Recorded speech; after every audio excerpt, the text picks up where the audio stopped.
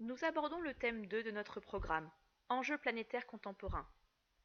Dans ce thème, nous quittons la science pure, fondamentale, pour nous intéresser à une science appliquée.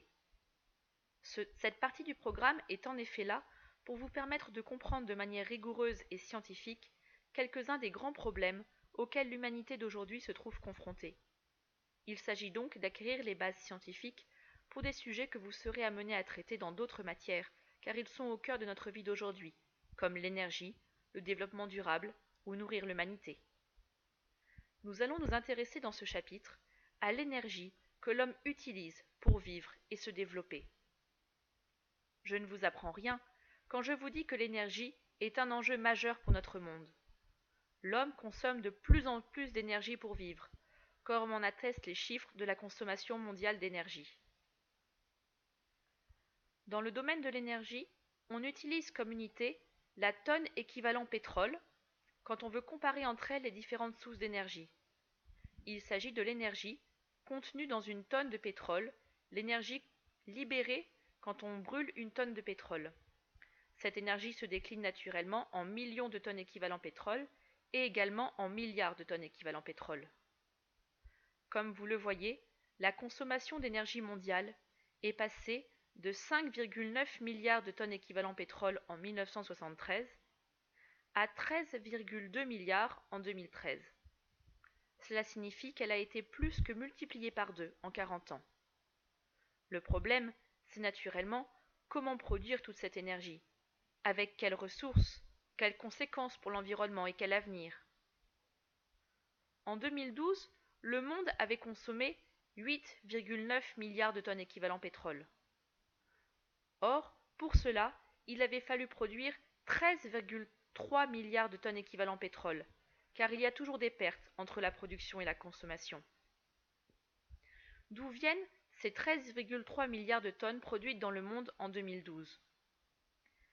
31,4% viennent du pétrole, 29% du charbon, 21,3% du gaz naturel. 10% viennent des biocarburants et déchets, c'est-à-dire l'énergie qu'on récupère quand on brûle nos déchets ou quand on brûle du bois. 4,8% viennent du nucléaire. C'est naturellement plus en France, puisque 70% de notre production d'électricité est d'origine nucléaire.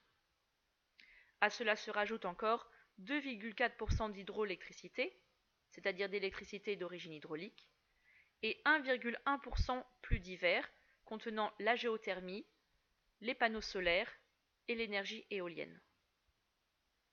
Quand on observe ces chiffres, on se rend compte que près de 95% de l'énergie que nous produisons vient du soleil. J'entends déjà les forts en maths protester. Ah non, c'est écrit que le solaire, c'est dans les 1,1% mélangés avec le reste. On est loin des 95%. Oui, vous avez raison. Il s'agit ici du soleil direct, c'est-à-dire des panneaux solaires.